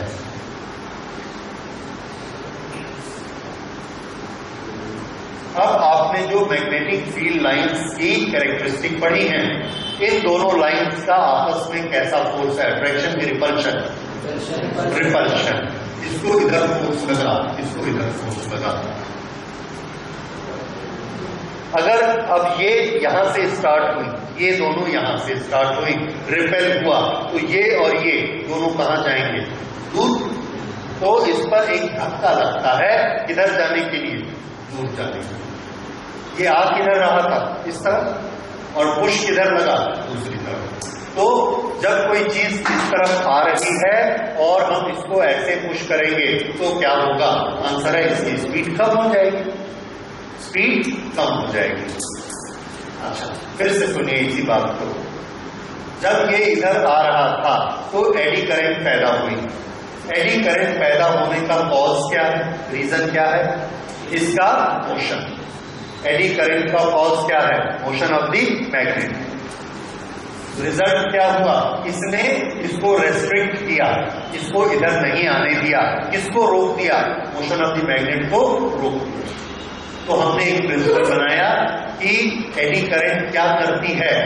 एडी करंट उस मोशन को रोकती है जिसने उसको पैदा किया, जिसके कारण एडी करंट बनी। यही हुआ ना? एडी करंट किसके कारण से बनी? मैग्नेट के चलने के कारण। एडी करंट ने फोर्स लगाकर किसको रोका? मैग्नेट के चलने को रोका। ठीक है, तो एडी करंट की कैरेक्टरिस्टिक क्या हुई? एडी करंट हर उस कॉज को अपोज करती है जो कि एडी करंट को बनाता है। एडी करंट बनाने वाले कॉज को, एडी करंट बनाने वाले मोशन को एडी करंट अपोज करती है। ये एक चीज हमने याद कर ली। ठीक है, अब इसके कई हमने एग्जाम्पल देखे। कैसे? ये एक मैग्नेटिक फील्ड है, ये एक पेंडुलम है। इस पेंडुलम को हमने ऑसिलेट किया ऐसे। जब ये पेंडुलम ऐसे लटका हुआ ऐसे ऑसिलेट हो रहा है इस तरह से, तो एक ऑसिलेशन पे इसको 1 सेकेंड टाइम लगता है। इतनी स्पीड है कि एक बार में एक साइकिल के लिए 1 सेकेंड टाइम लगता है। अब हमने क्या किया? इसके दोनों तरफ यहां मैग्नेट लगा दिए, इधर और इधर, और इसके बीच में इसको हम ऐसे जुड़ा रहे हैं इधर से इधर। तो हम क्या देखते हैं कि ये जो 1 सेकेंड में ऐसा आ जाता था, अब 2 सेकेंड में आने लगा। 1 सेकेंड की बजाय 2 सेकेंड। क्यों? जैसे ही इसके अंदर पहुंचता है इसकी स्पीड कम हो जाती है। क्यों?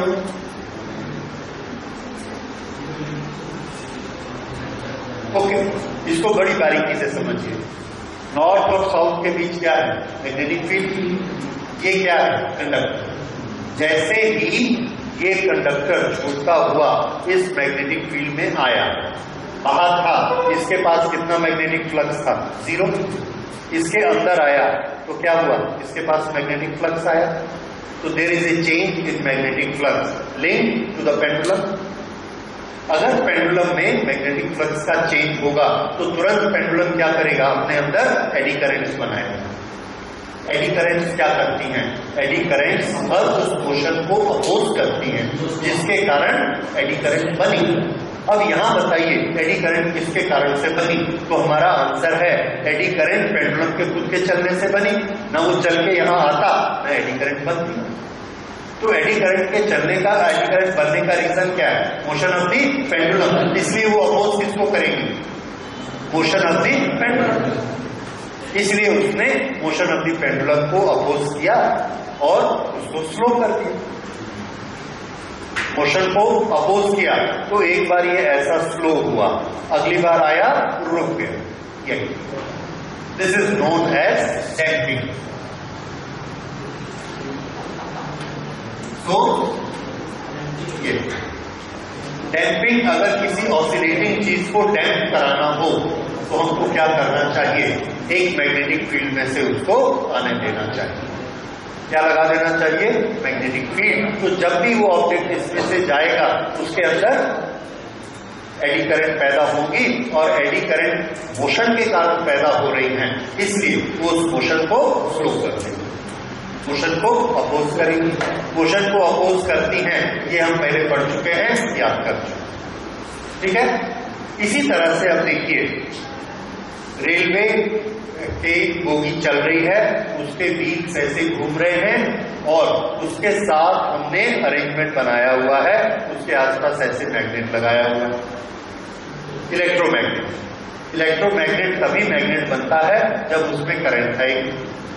ड्राइवर ने ब्रेक लगानी है, उसने स्विच दबाया, इसमें करंट फ्लो करा दी नॉर्थ साउथ। जैसे ही करंट फ्लो कराई, यहां जो एक्सल में प्लेट लगी है वो ऐसे घूम रही है। ये फ्लक्स 0, फ्लक्स मैक्सिमम, फिर फ्लक्स 0, फिर फ्लक्स मैक्सिमम, ऐसा घूमेगा, प्लेट ऐसे घूमेगी। तो अब इसके अंदर एडी करंट पैदा हो जाएंगी। एडी करंट क्या करेंगी? अपोज। किसको अपोज करेंगी? मोशन। ये मोशन को उसने अपोज किया तो क्या होगा? ब्रेक फ्लो होगी, रुक जाएगी। This is known as electric current, electric brakes. तो इलेक्ट्रिक ब्रेक्स में हमारी हेल्प कौन करता है? Eddy current. ठीक है, तो ये नोट कर लीजिए, eddy current always oppose, eddy current always oppose the motion of cause, the motion of cause which is changing the magnetic flux, which is changing the magnetic flux.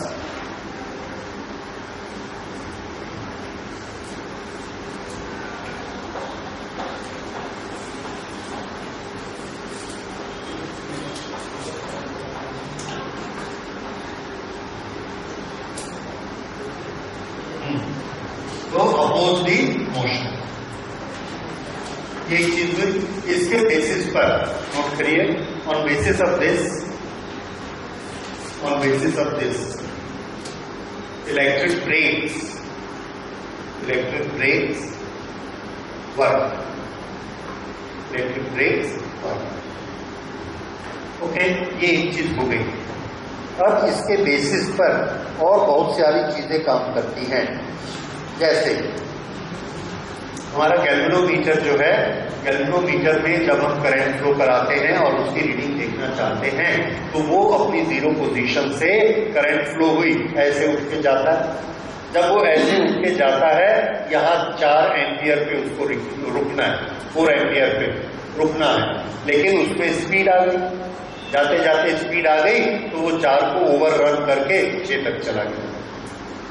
फिर torque उल्टा लगा, वापस आया, फिर स्पीड आ गई, 4 से इधर आ गया 2 पे, फिर वापस गया 4 की तरफ, स्पीड आ गई 6 पे। तो वो क्या करता है, 6 और 2 के बीच ऐसा करता रहता, और वो हम बहुत अच्छा, बहुत फाइन क्वालिटी का बनाते हैं जिसमें फ्रिक्शन बहुत कम होता है। फ्रिक्शन होता नहीं है और इनर्शिया वेलोसिटी उसमें आ गया तो ऐसे ऑसिलेट करता रहता है। ठीक है, और हम खड़े रहते हैं, ये रुकेगा तो रीडिंग नोट करेंगे, तो it waste lot of time. हम ये क्या चाहते हैं कि जाए और 4 पे रुक जाए, जहां रुकना है वहां रुके। तो उसके लिए हम क्या चाहते हैं? आंसर है हम डैम्पिंग चाहते हैं, ऑसिलेशन की डैम्पिंग चाहते हैं। तो हम क्या करते हैं, वहां पर मैग्नेट लगाते हैं, और मैग्नेट के बीच में जो इसका कॉइल, गैल्वेनोमीटर का जो कॉइल रहता है, उस कॉइल के बीच में हमने एक मेटल लगा दिया, ऐसे, ये ऐसे, और यहां पर इंडिकेटर लगा है। ये जो है इस मेटल पर कॉइल लपेटी गई है, इस कॉइल में टॉर्क पैदा होगा और ये ऐसा घूमेगा। ये अंदर में क्या है, कॉइल के अंदर मेटल, इसके दोनों तरफ क्या लगे हुए, मैग्नेट। तो जैसे ही ये मेटल ऐसा घूमेगा, किसके कारण, इस कॉइल में करंट फ्लो होगी, टॉर्क बनेगा, उस टॉर्क के कारण ये ऐसा घूमेगा। वो तो अपनी जगह है, टॉर्क के कारण घूमा, लेकिन ये मेटल है। अगर एक मेटल एक मैग्नेट के बीच ऐसा घूमा तो इसके साथ लिंक होने वाला फ्लक्स चेंज हुआ। अगर फ्लक्स चेंज हुआ तो इसमें एडी करंट बनी, एडी करंट अपोज करेगी किसको, चेंज किस कारण से हो रहा है, घूमने के कारण, इसलिए वो किसको अपोज करती है, घूमने को अपोज करती है। टॉर्क खींच के ले गया 4 में, तो उसके बाद का ये जो घूमना है इसको कौन अपोज करता है, एडी करंट। तो ये एक बार 4 से 5 गया, फिर वापस 4 आया, फिर रुक जाता है। तो जल्दी रुक गया, ऑसिलेशन कम हो गए, this is known as damping. या क्लास 11 में पढ़ चुके, डैम्पिंग फोर्सेज ऑसिलेशन के होते। Okay, so this is damping force, it is created by eddy current. तो सेकंड पॉइंट नोट कर लीजिए, damping in the damping in oscillating galvanometers.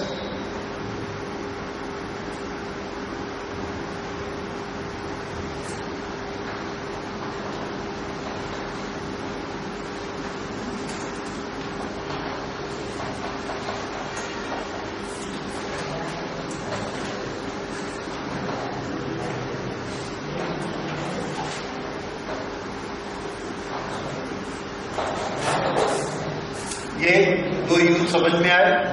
तीसरा यूज हम इसका करते हैं that is in induction furnace. ये एक बड़ा जबरदस्त यूज है।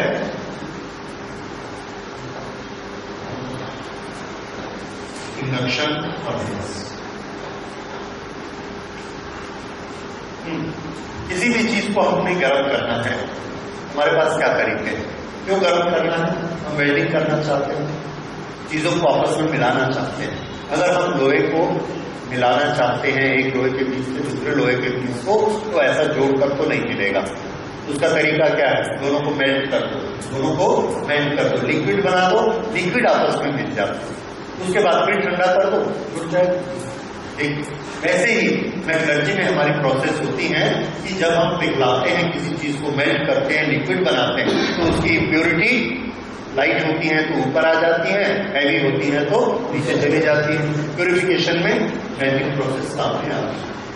तो इस तरह से हमको मेटल को मेल्ट करने की जरूरत पड़ती है, और मेल्ट करने के लिए बहुत हाई टेम्परेचर चाहिए। हाई टेम्परेचर हम किसी एक्सटर्नल सोर्स से क्रिएट कर सकते हैं। जैसे हमने गैस जलाई, ऊपर चाय रखी, उसका टेम्परेचर हाई हो जाए। कितना हाई हो जाए? तो आंसर है ज्यादा से ज्यादा उतना हाई होगा जितना गैस का अपना टेम्परेचर है, उससे ज्यादा तो नहीं होगा। तो गैस का टेम्परेचर 300 डिग्री, 400 डिग्री, तो हम ऑक्सीजन वाली जो ऑक्सीजन एसिक्लीन है उसको लेके आए, उससे गर्म किया, तो चीज कोई भी चीज गर्म हो गई 1200 डिग्री। उससे क्यों? क्योंकि उस फ्लेम का अपना टेम्परेचर कितना है? 1200। लेकिन क्या वो 1200 से ज्यादा गर्म कर सकती है? नहीं कर सकती। मान लो हमारे पास कुछ ऐसे मिक्सचर हैं जिसको 1200 से ज्यादा टेम्परेचर चाहिए, तब वो पानी जैसे गल जाएंगे और अच्छे से मिल जाएंगे। तो हम कैसे गर्म करेंगे? तो हम आर्क वेल्डिंग करते हैं।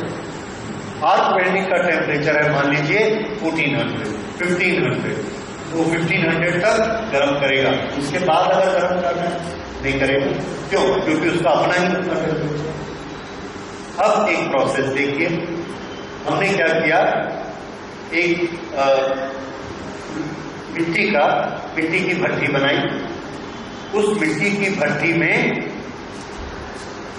ये इस तरह से, इसके इधर हमने 2 इलेक्ट्रोमैग्नेट रख दिए, इलेक्ट्रोमैग्नेट 2 रख दिए।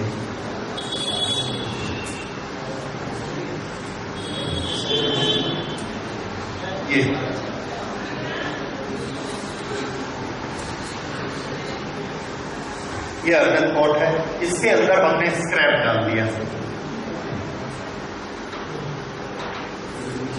यहां पर करंट फ्लो कराई, अल्टरनेटिंग करंट। जब इसमें करंट फ्लो होती है तो ऐसे मैग्नेटिक फील्ड बना। अल्टरनेटिंग करंट में करंट की डायरेक्शन चेंज हो जाती है। फिर करंट की डायरेक्शन चेंज हुई तो मैग्नेटिक फील्ड 0 हो गया। 0 होने के बाद फिर ऐसा बना, फिर 0 हो गया, फिर ऐसा, फिर 0 हो गया, फिर ऐसा बना। तो magnetic flux keeps on changing. जब ये मैग्नेटिक फ्लक्स ऐसा बढ़ रहा होता है तो ये जितने मेटल हैं सब के अंदर एडी करंट पैदा होती है, और एडी करंट इस डायरेक्शन में पैदा होती है क्योंकि मैग्नेटिक फील्ड ऐसा बना है। अब उधर इलेक्ट्रिक करंट ने अपनी डायरेक्शन बदली, तो इलेक्ट्रिक करंट से लगा हुआ जो मैग्नेटिक फील्ड है उसकी डायरेक्शन बदल गई, तो एडी करंट की डायरेक्शन भी उल्टी हो गई। वो एडी करंट बंद हुई, नई एडी करंट पैदा हुई इधर मैग्नेटिक। तो एसी हमने चालू कर दिया, स्विच ऑन कर दिया, एसी तो अपने आप पलटते रहती है और उसकी करंट प्लस माइनस होते रहती है। उसके कारण इसके अंदर हमेशा फ्लक्स चेंज होता है और हमेशा इसके अंदर एडी करंट फ्लो होते रहते हैं। जब करंट फ्लो होती है तो वो हमेशा हीट प्रोड्यूस करती है, और वो हीट कितनी होती है? I²R। तो इसके अंदर हीट पैदा होती रहेगी।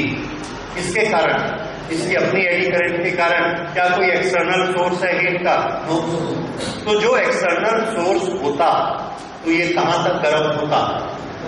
जितना उसका टेम्परेचर है। पर अब इसमें एक्सटर्नल सोर्स है ही नहीं, तो आई जैसे फ्लो होता है हीट बनते जाती है, इसका टेम्परेचर हाई होता जाता है। कितना हाई हो जाए? There is no limit. Current flow कराते जाइए। अच्छा, हम तो इसको टच नहीं कर रहे, हमारे इलेक्ट्रोड्स भी दोनों टच नहीं कर रहे हैं, दोनों मैग्नेट दूर दूर हैं, सिर्फ यहां पर क्या बन रहा है, मैग्नेटिक फील्ड। बस मैग्नेटिक फील्ड एक बार ऐसे, एक बार ऐसे, एक बार ऐसे, एक बार ऐसे बनता है और इसके अंदर एडी करंट फ्लो होती है, लेकिन एडी करंट के चार्जेस जब फ्लो होते हैं तो वो हीट हो जाता है। उस कारण से ये इतना हीट होता है कि मेल्ट हो जाता है पानी जैसे, जितना टेम्परेचर आपको चाहिए मिलता है। इस तरह से बिना कोयले के, बिना गैस के, बिना लकड़ी के, बिना किसी चीज के हमने इसका टेम्परेचर इतना हाई कर दिया कि ये गल गया। उसके बाद हम बड़े आराम से इस मेटल से अपनी मेटलर्जी के काम कर सकते हैं। तो ये फोर्स, ये जो फर्नेस है, इस फर्नेस में क्या एक्शन हुआ, इसमें मैग्नेटिक इंडक्शन हुआ, उस मैग्नेटिक इंडक्शन के कारण एडी करंट्स बनी, उस एडी करंट्स के कारण हीट हुई।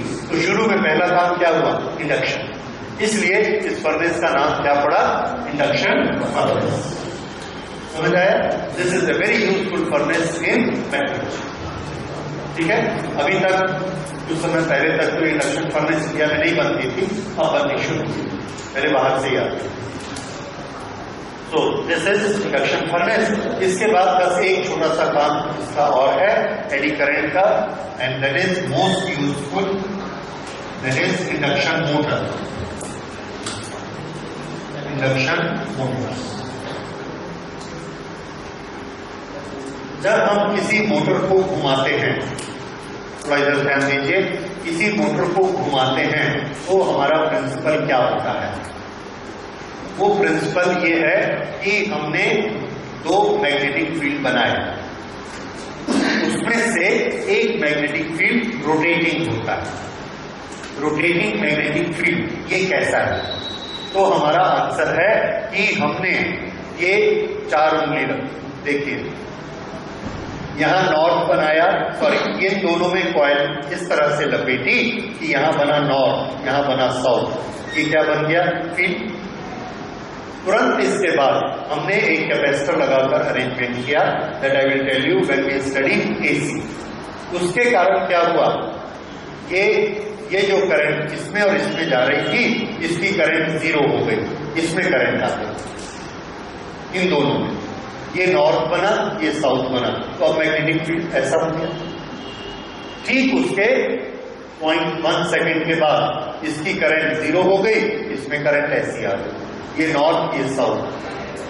फिर ये करंट बंद हो गई, इसमें करंट आ गई, नॉर्थ साउथ। तो हमारा मैग्नेटिक फील्ड क्या हो रहा है, ऐसा, फिर ऐसा, फिर ऐसा और फिर ऐसा। इसके अंदर हमने एक मैग्नेट रख दिया। मैग्नेट क्या करेगा, पहले ऐसा खड़ा हुआ, जैसे ये मैग्नेटिक फील्ड बना वो ऐसा हो गया, फिर ऐसा हो गया, फिर ऐसा हो गया, और लगातार क्या करेगा, घूमेगा। ऐसा कर दिया, लगातार घूम रहा है, उसके नीचे हमने पंखा लगा दिया, ये क्या बन गई, मोटर। ठीक है, अब इसके अंदर जो हमने रखा, ये यहां पर हम एक लोहे का पीस रखते हैं। उस लोहे के पीस में जैसे ही इसमें करंट फ्लो होती है, इसके अंदर इंडक्शन होगा और इंडक्शन से एडी करंट पैदा होगी। इस लोहे के पीस में, इसमें एडी करंट पैदा होती है, वो एडी करंट क्या करेगी, इस मैग्नेट का अपोज करेगी। मैग्नेट का अपोज करने के लिए, इसने इसको अपोज करने के लिए मैग्नेट बनाया। किस डायरेक्शन में मैग्नेट बनाया, इस डायरेक्शन में। जैसे ही उसने इस डायरेक्शन में मैग्नेट बनाया, हमारा बाहर का सर्किट करंट को किधर कर देता है, इधर। अब मैग्नेट किधर बन गया, इस तरफ। तो ये जो लोहे का पीस है, इसने जो ऐसा मैग्नेट बनाया था, ये मैग्नेट ऐसा हो गया।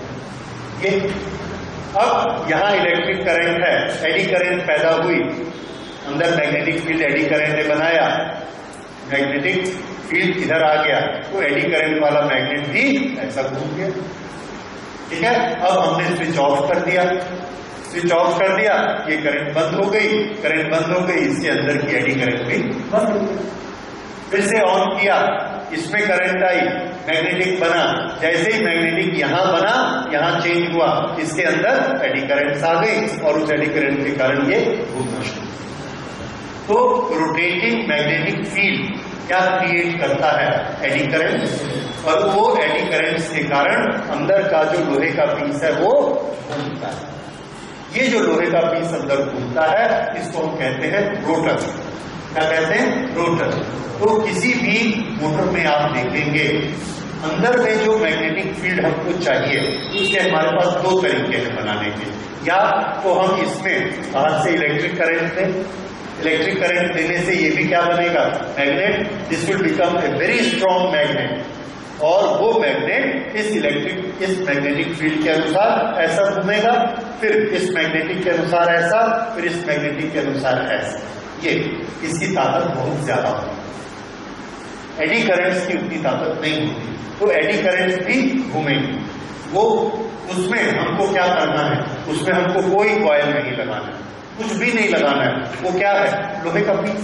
बस लोहे का पीस रखे वो घूमना शुरू हो गया, पर उसका रोटेशन उतना ज्यादा नहीं होगा। ज्यादा किसका होगा? अगर हम मैग्नेट बनाते हैं इलेक्ट्रिक करंट देंगे इसमें तो हम दे ही रहे इलेक्ट्रिक करंट, इसमें भी देते हैं, दोनों में इलेक्ट्रिक करंट देते हैं तो बड़ी तेजी से घूमता है। पर अगर इसमें नहीं देते तो इसमें क्या बनेगी? एडी करंट बन जाएगी। उस एडी करंट के कारण ये घूमेगा, और कैसा घूमेगा? धीरे, जैसा पंखा घूमता है। अगर करंट देंगे तो कैसा घूमेगा? बड़ी तेजी से। क्या घूमता है? तेजी से। मिक्सी। क्या घूमता है? मिक्सी। ठीक है?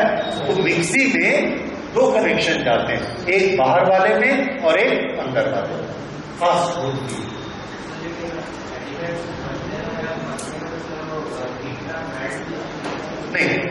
नहीं, हीट के कारण मेल्ट हो सकता है।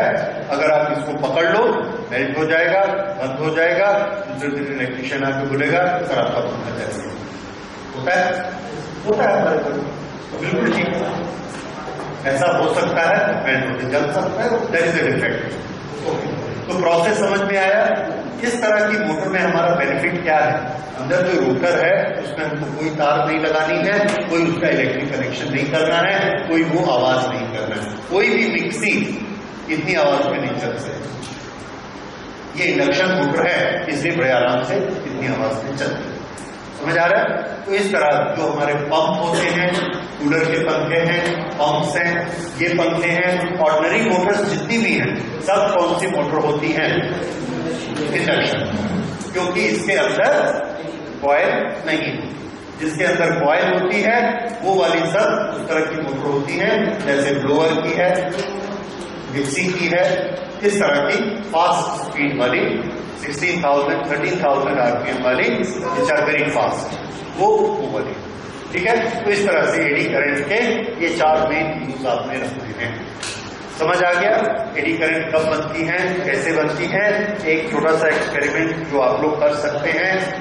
ये एक आपका शटल कॉक का डब्बा है, ये उसके ऊपर ढक्कन है।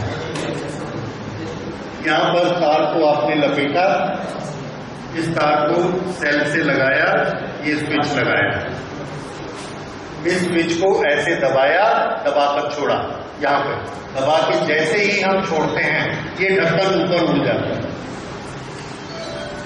ऐसे क्यों उड़ जाएगा बताइए? हाँ, जैसे ही हम इसकी करंट ऑफ करते हैं यहां पर मैग्नेटिक फ्लक्स चेंज होगा। पहले करंट ऑन किया, मैग्नेटिक फ्लक्स बना, जैसे ही करंट ऑफ किया मैग्नेटिक फ्लक्स तुरंत से बंद हो गया, चेंज हुआ। उस चेंज को ये अपोज करेगा। कैसे अपोज करेगा? तो जब हम इसको बनाते हैं तो ये क्या बनेगा? ऊपर मान लो नॉर्थ पोल बना, तो ये प्लेट भी नीचे क्या बनाएगी? इसको अपोज करने के लिए, हाँ, नॉर्थ को अपोज करने के लिए कल हमने पढ़ा था। अगर हम नॉर्थ बनाते हैं तो कॉइल क्या बनाती है? नॉर्थ। अपोज करने के लिए इसमें भी क्या बन गया? एडी करंट ने क्या बनाया? नॉर्थ। नॉर्थ और नॉर्थ एक दूसरे को क्या करते हैं? रिपेल। अब ये डब्बा तो हमने पकड़ा हुआ है, इसने इतनी जोर से रिपेल किया कि खुद ही उछल गया। समझ आया? एडी करंट रिपल्शन, नॉर्थ के सामने नॉर्थ बना, ऊपर उछल जाता। तो जैसे ही हम इसको स्विच ऑन करते हैं, यहां से हमने स्विच ऑन किया, ये ऊपर उछल जाता है।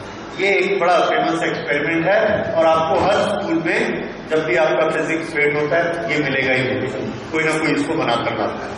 Okay, so let's keep it over today. कल हम लोग इंडक्टेंस स्टार्ट करेंगे अगली क्लास में।